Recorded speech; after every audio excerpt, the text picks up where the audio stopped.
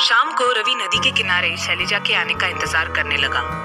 ये रवि का प्यार ही था जिसने शैलजा को आने पर मजबूर कर दिया। शैलजा आई और रवि से कुछ दूरी बनाकर बैठ गई। खामोशी चारों ओर फैली थी। दोनों चुपचाप नदी के पानी को निहार रहे थे। आज नदी का पानी शांत था। कुछ देर बाद रवि ने चुप्पी तोड़ते हुए कहा, तुम्हारा गुस्सा और नफरत तुम्हारी तरफ से जायज है शैलजा, लेकिन तुम सिर्फ एक तरफा सच जानती हो। शैलजा ने रवि की तरफ देखा। उसकी नीली आंखों में आज कुछ नमी थी। शैलजा फिर नदी के बहते पानी की तरफ देखने लगी तो रवि ने कहना शुरू किया, शैलजा, यहाँ से शहर जाने के बाद ऐसा कोई दिन नहीं गुजरा जहाँ मैंने तुम्हें याद ना किया। दिन भर मेहनत के बाद जब अकेला होता तो तुम्हें याद करता था। तुमसे मिलने का बहुत मन किया लेकिन नहीं आ पाया। ना जाने कितने ही खत लिखे तुम्हें, पर उन खतों का कोई जवाब नहीं आया। खत की बात सुनकर शैलजा चौंक कर रवि की तरफ देखने लगी, लेकिन रवि का ध्यान नदी की तरफ था। तुम्हारा जवाब नहीं आने के बाद भी मैंने तुम्हें हमेशा खत लिखा, ये सोचकर कि एक दिन तो तुम जवाब दोगी। 6 महीने तुम्हारे बिना बहुत मुश्किल से गुजारे मैंने, और तब तक अपना काम भी जमा चुका था। एक दिन तुम्हारी हवेली से एक आदमी आया जिसने मुझे एक खत दिया। खत तुम्हारी बड़ी भाभी ने भेजा था। मैंने जब खोलकर पढ़ा तो मेरा दिल धक सा रह गया। उन्होंने लिखा, तुम्हारी शादी हो रही है। मैं उसी वक्त अपना सारा काम छोड़कर गांव आया। शाम तक मैं गांव पहुंच भी चुका था, लेकिन गांव में आते ही मुझे दूसरा झटका लगा। जैसे ही घर पहुंचा, आंगन में पिताजी का पार्थिव शरीर पड़ा था। वे हम सबको छोड़कर जा चुके थे। कुछ लोगों ने बताया कि पिताजी तुम्हारे पिता के पास तुम्हारे और मेरे प्यार की भीख मांगने गए थे, लेकिन तुम्हारे पिता ने सबके सामने उनका अपमान किया। वो ये अपमान सह नहीं पाए। उस वक्त एक प्रेमी से ज्यादा एक बेटे होने का फर्ज निभाना ज्यादा जरूरी था। एक तरफ तुम्हारे घर में शादी की शहनाइयां बज रही थी और मेरे घर मातम। वहां तुम्हारी डोली उठी और यहाँ मेरे पिता की अर्थी। मैंने तुम्हें धोखा नहीं दिया शैलजा, ना ही मैं बुरा इंसान था, सिर्फ हालात बुरे थे। तुम यहाँ से चली गई। मैंने तुमसे मिलने की बहुत कोशिश की लेकिन नहीं मिल पाया। एक बार तुम्हें सब सच बताना चाहता था लेकिन बता नहीं पाया। तुम मुझसे बहुत दूर जा चुकी थी, लेकिन तुम और तुम्हारा प्यार हमेशा मेरे दिल में था। फिर एक दिन मैंने तुम्हें शहर में देखा। मैंने जैसे ही तुम्हारी तरफ बढ़ा, एक आदमी ने आकर तुम्हारा हाथ पकड़ा और तुम उसके साथ चल पड़ी। वो शायद तुम्हारा पति था। तुम उसके साथ बहुत खुश दिखाई दे रही थी। तुम्हारी खुशियों में मैं कोई बाधा नहीं डालना चाहता था, इसलिए पीछे हट गया। मुझे अपने सामने देखकर कहीं तुम्हारे भरे जख्म फिर से हरे ना हो जाए, ये सोचकर मैं हमेशा हमेशा के लिए दूर चला गया। 2 साल मैंने बहुत मेहनत की और एक कामयाब व्यापारी बन गया।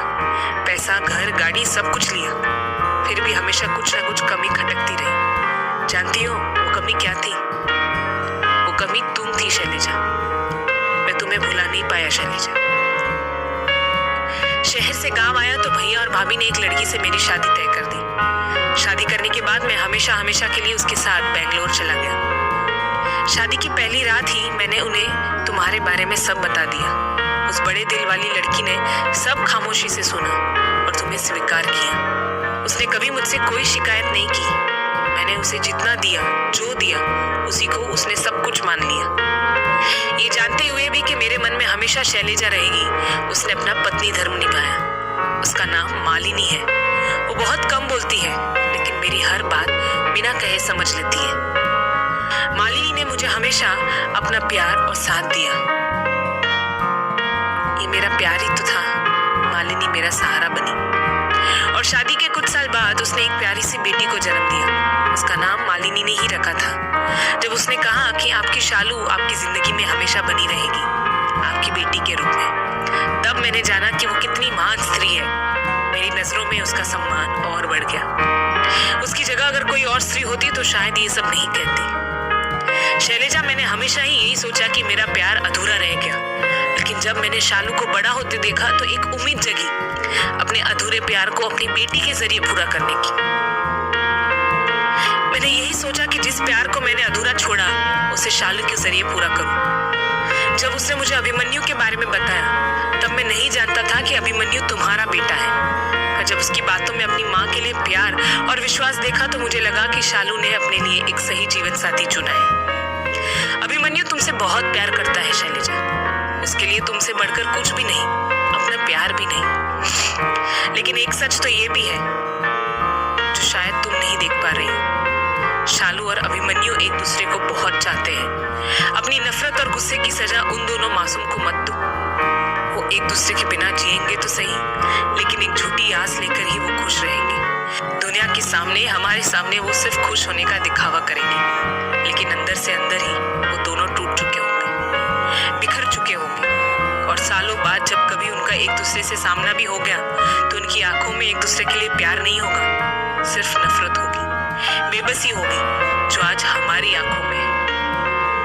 उम्र के इस पड़ाव में आकर उनको लगेगा कि काश हिम्मत करके बोल दिया होता, काश रोक लिया होता एक दूसरे को, लेकिन तब तक बहुत देर हो चुकी होगी और वो कोसेंगे खुद को जिंदगी भर, और शायद हमें भी।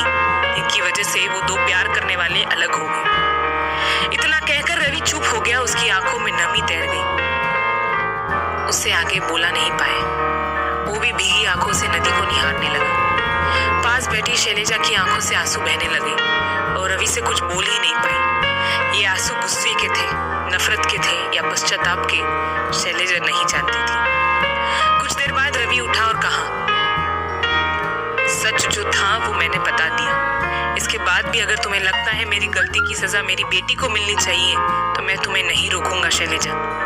कल सुबह मैं यहाँ से चला जाऊंगा। बस तुम्हें ये सोचना कि अपने बेटे से उसका प्यार छीनकर क्या कभी खुद से आंख मिला पाओगी, अभिमन्यु से आंख मिला पाओगी? पर तुम नहीं समझोगी शैलजा, तुम्हारे लिए प्यार का मतलब सिर्फ हासिल करना है। चलता हूँ, अपना ख्याल रखना और हो सके तो मुझे माफ कर देना। कहकर रवि वहां से चला गया। अध्याय 21। शैलजा भूत बनी वही खड़ी रही। रवि की कई बातें उसके कानों में गूंजने लगी। शैलजा वहां खड़ी सोच में डूबी हुई थी कि तभी सामने से मालिनी आई और उसके सामने खड़ी हो गई। उसे अपने सामने देखकर शैलजा चौंक गई। वो कुछ कहती उससे पहले ही मालिनी ने बोलना शुरू किया। मैं मालिनी शास्त्री, रवि शास्त्री की धर्मपत्नी। आप शैलजा जी है ना? रवि जी ने बहुत बार आपके बारे में बताया है। उन्होंने एक बार कहा था कि आप जितना प्यार उन्हें कोई नहीं कर सकता। अफसोस उनसे इतना प्यार करने के बावजूद भी आप उन्हें कभी समझ नहीं पाई। ये बात सच है कि उन्होंने कभी आपको धोखा नहीं दिया था। हालात ऐसे थे कि उन्हें ये सब करना पड़ा। उन्होंने आपसे प्यार किया लेकिन हमेशा आपकी खुशी देखी। उनसे दूर होने का दुख जो आपने सहा वही दुख उन्होंने भी सहा था, लेकिन उन्होंने आपकी तरह कभी अपने दिल में आपके लिए नफरत नहीं रखी। उन्होंने यही कोशिश की कि उनका आपसे सामना ना हो, इसलिए नहीं कि वे गलत थे, सिर्फ इसलिए कि उन्हें देखकर आप दुखी ना हो।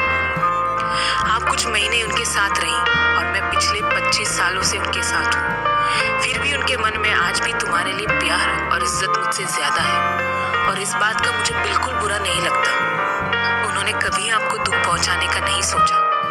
जिस कहानी को आप दोनों अधूरा छोड़ आए थे उसे इन बच्चों ने पूरा किया और शायद यही ईश्वर की मर्जी है। शैलजा जी, नफरत रखकर आप देख चुकी हैं, सिवाय दर्द और तकलीफ के कुछ हासिल नहीं हुआ। कम से कम अब तो रवि जी को समझिए। कहकर मालिनी ने अपने हाथ जोड़ दिए। शैलजा की आंखें एक बार फिर नम हो उठी। उसने आंखों के किनारे आए आंसुओं को पोंछते हुए कहा, तुम्हें कभी बुरा नहीं लगा? तुम्हारा पति तुम्हारे होते हुए किसी और के लिए इतना सोचता है? शैलजा के सवाल पर मालिनी मुस्कुरा उठी और कहा, आपको सोचने से उन्हें खुशी मिलती है और उनको खुश देखकर मुझे सुकून। मेरे लिए उनका खुश रहना मायने रखता है, खुशी की वजह नहीं। और अगर हर जगह वजह ढूंढने लगे तो जिंदगी छोटी पड़ जाएगी। तुम बातें बहुत अच्छी करती हो, शैलजा ने मुस्कुराकर कहा। बातचीत के इस दौर में शैलजा पहली बार मुस्कुराई थी। जी हाँ, बातें मैंने अपनी माँ से सीखी है और जिंदगी जीना अपने पति से सीखा है। और दुनिया की सबसे खूबसूरत चीज होती है प्यार, वो मैंने अपने प्रेमी से सीखा था। लेकिन प्यार को निभाना अपने पति से सीखा है। उनसे सीखा कि प्रेम में पाना ही सब कुछ नहीं होता, कभी कभी उस प्यार को अकेले जीने में भी प्यार होता है, उसकी मौजूदगी भी प्यार ही है। मालिनी ने दार्शनिक अंदाज में कहा। मालिनी की बातें सुनकर शैलजा कहीं खो सी गई और फिर दोनों अलग अलग दिशा में बढ़ गई। हवेली आकर शैलजा बेचैनी से बड़ी भाभी के कमरे में गई। बड़ी भाभी उस वक्त कमरे में ही थी। शैलजा ने उनसे रवि को खत भेजने के बारे में पूछा तो भाभी सोच में पड़ गई। इतने सालों बाद शैलजा उसे ये सवाल करेगी, उन्होंने सोचा नहीं था। भाभी को खामोश देखकर शैलजा ने उनके दोनों कंधों को पकड़कर हिलाते हुए कहा, भाभी माँ बताइए, आपने खत भेजा था या नहीं? हाँ भेजा था मैंने खत।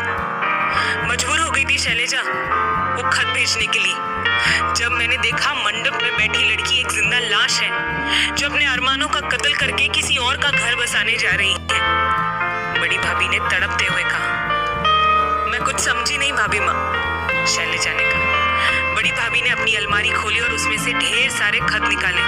उनमें से आधे खत शैलजा को देखकर कहा, ये वो खत है जो रवि ने तुम्हारे लिए लिखे जरूर, पर तुम तक कभी पहुंचे नहीं। और ये वो खत जो तुमने रवि को लिखे, लेकिन जिन्हें तुम्हारे भाइयों ने रवि तक पहुंचने ही नहीं दिए। कहकर उन्होंने बाकी के खत भी शैलजा की तरफ बढ़ा दिए। शैलजा खतों को हाथ में लिए भावहीन आंखों से बड़ी भाभी की तरफ देखने लगी तो भाभी ने कहा, हाँ शैलजा ये सच है, तुम्हारे भाइयों ने इन खतों को तुम दोनों तक पहुंचने ही नहीं दिए और सब जानते हुए भी मुझे चुप रहना पड़ा। मैंने तुम्हारा बहुत इंतजार किया ताकि तुम्हें सच बता सकूं, पर तुम ऐसी गई कि कभी मुड़कर भी नहीं देखा। तुमसे बहुत बड़ी भूल हो गई शैलजा, रवि ने तुम्हें धोखा नहीं दिया। शैलजा बिना कुछ बोले सभी खतों को लेकर अपने कमरों में आ गई। उसने दरवाजा बंद किया और सभी खत लेकर बिस्तर पर बैठ गई। रवि ने जो खत में भेजे थे उन्हें अलग किए और उसने एक खत उठाया और कांपते हाथों से खोला। खत पढ़ते हुए उसकी आंखों के आंसू लगातार बहते जा रहे थे। वो एक के बाद एक खत पढ़ती गई और रोती गई। 25 सालों की जो नफरत उसके मन में भरी थी आज वो आंसुओं से बह गई। वो सारी रात उन खतों में मन छुपाए रोती रही। अपने नफरत के चलते उसने अभिमन्यु और शालू को भी बहुत ठेस पहुंचाई। सोचते सोचते उसे नींद आ गई।